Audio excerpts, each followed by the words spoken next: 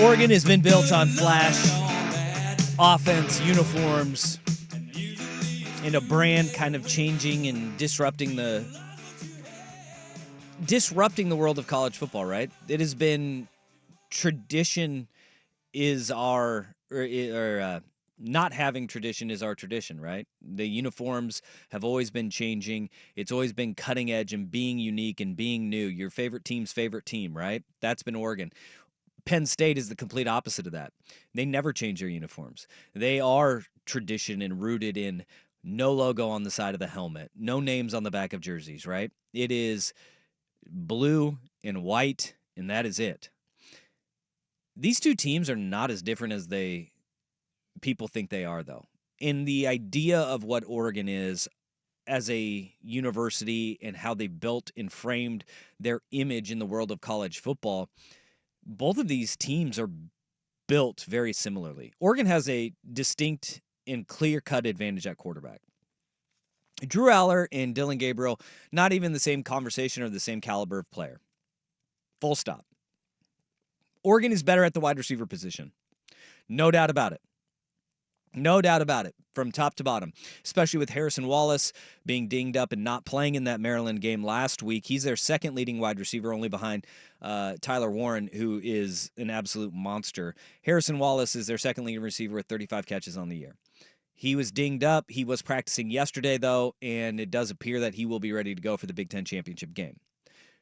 If you take those things out, on the identity and where the offense operates, it's pretty close. Like, we think of Oregon as this high-flying, explosive team and explosive offensively.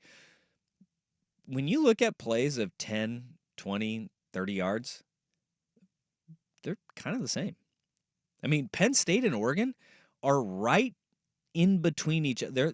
You can see when you go up and you look at the national statistics in that 45 to 52 range, and then they dip down to 55 to 60, and then 60 to 65. Like, the explosiveness, pretty similar. And people say, well, not Penn State, who they played. They have a tougher strength of schedule than Oregon does so far this year. Well, they have the 36th toughest schedule in college football. Oregon has the 60th. They've played a lot of the same opponents. They've waxed a lot of them. On the defensive side of the ball, this is where, on defensively, is where they're probably the most similar, and I don't think people give Oregon enough credit nationally because the reputation of Oregon is just play offense, offense, offense. Mm-hmm. They don't give Oregon's defense enough credit for how good they have been. Especially that defensive front and the pass rush. The pass rush has been electric, and obviously it was highlighted last week against Washington. And I think when you looked at the coaches' Big Ten voting for the All Big Ten, look, there's guys like Kenneth Grant, Mason Graham, that you're going to bump those guys off. Derek Harmon has been one of the best, if not the best, interior defensive lineman in the conference all season long. If you don't look at 55 as a absolute wrecking ball and disruptor, I don't know what games you're watching. Right. Because it doesn't show up in tackles. It shows up in collapsing. You want to know why Jordan Birch is getting free runs and one-on-ones? You want to know why Mateo Uiagalelei and Tatum Tuioti are coming off the edge and get to pin their ears back? It's because 55 and 90, Jamari Caldwell and Derek Harmon, they are collapsing the middle of offensive lines. Well, and it's not terribly different than, say, some of your star defensive backs and cornerbacks that maybe don't have the number of interceptions or passes defensed or breakups that you would like to see because they're not getting thrown at because of how good they are. Both of these fronts are really good. And Penn State, they have Abdul Carter, who is a wrecking ball. And he may not be leading the Big Ten in sacks, but he is a guy that leads the conference in tackles for loss. He has been, on everybody's radar heading into this year and lived up to all that hype. He is a guy that you have to account for. Their run defense is one of the best in the country. And Oregon, as we have seen, and this is where kind of the styles make fights, is Oregon, as we have seen, they operate when they have balance. That is when they operate the best. That's when we talk about Will Stein being in his bag, it is when they are balanced offensively. They have all of the weapons in the world to beat you. But what makes the eye candy work is when Jordan James and Noah Whittington can run the ball effectively. And Penn State, throughout the course of the year, they only allow 97 yards per game on the ground. Now, granted, they have been punishing a lot of teams, and you don't run the ball when you are losing. But you can't win if you're not running the football. Yeah. So, it's kind of the chicken or the egg. When you look at the methodical nature of Penn State's offense and the way they go, it's not an offense that jumps on you early, right? Right. This run defense is for real. And their corners do not get nearly the respect that they should. A.J. Harris and Jalen Kimber are two guys that are transfers. Both of them played at Georgia. And then I think Harris went to Florida and then came up to Penn State.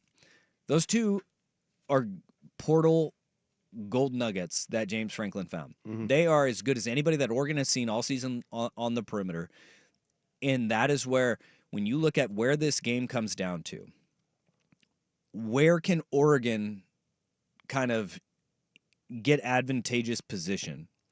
It is by having Penn State in third and long opportunities. They are not great with the explosive, but they put Drew Aller in, because Drew Aller is not a guy who's going to beat you with his arm. Mm-hmm. They put him in manageable situations. And that is where explosives are going to be what changes this game for Oregon. They've got to start quick, which we have seen this team has done in spades. You have to force Penn State to play from behind, not just on the scoreboard, but behind the sticks on the defensive side of the ball.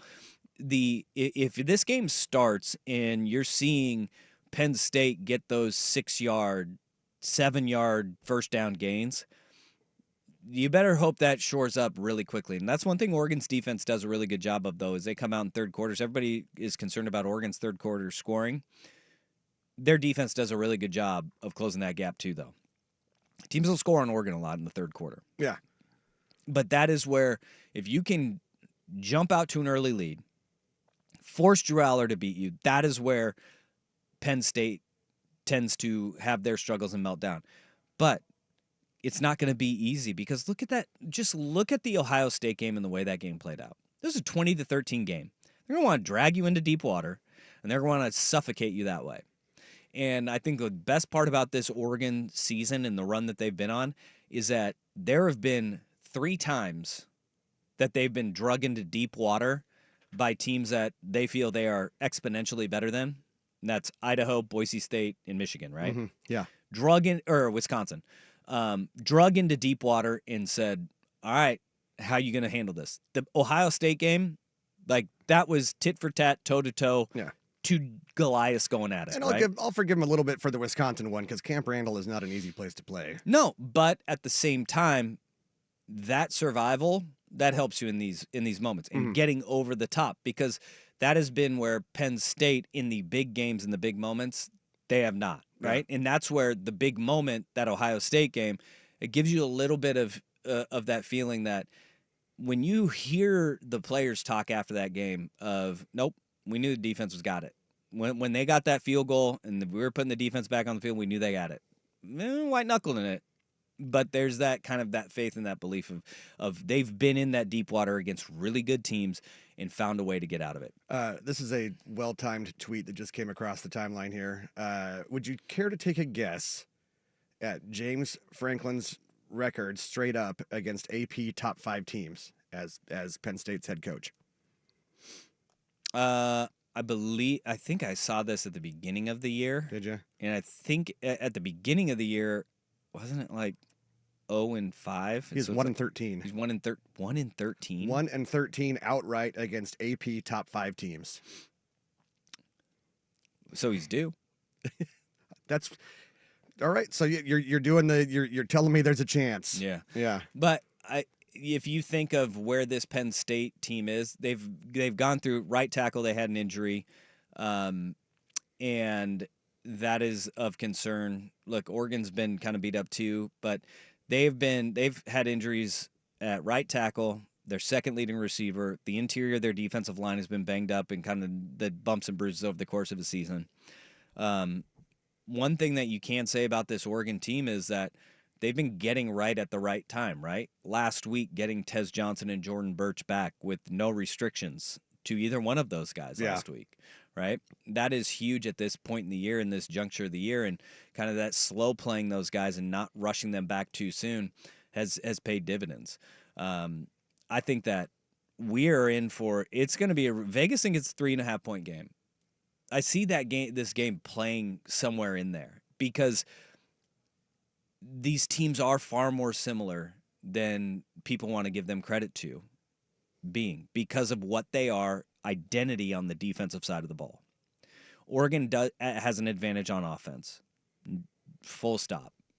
This Penn State defense is damn good. And I think that people don't want to give them that credit because they don't win the big game under James Franklin. That stat right there, 1-13. 1 in That's 13. a huge number. Yeah. That's a huge number. Yeah, that's really not good. And the way that it's happened too, right? Michigan did not throw the football in the second half against them. Right? They get down to the goal line against Ohio State this year at home, unable to get over that hump. It is quite literally getting over the hump has been the hard part.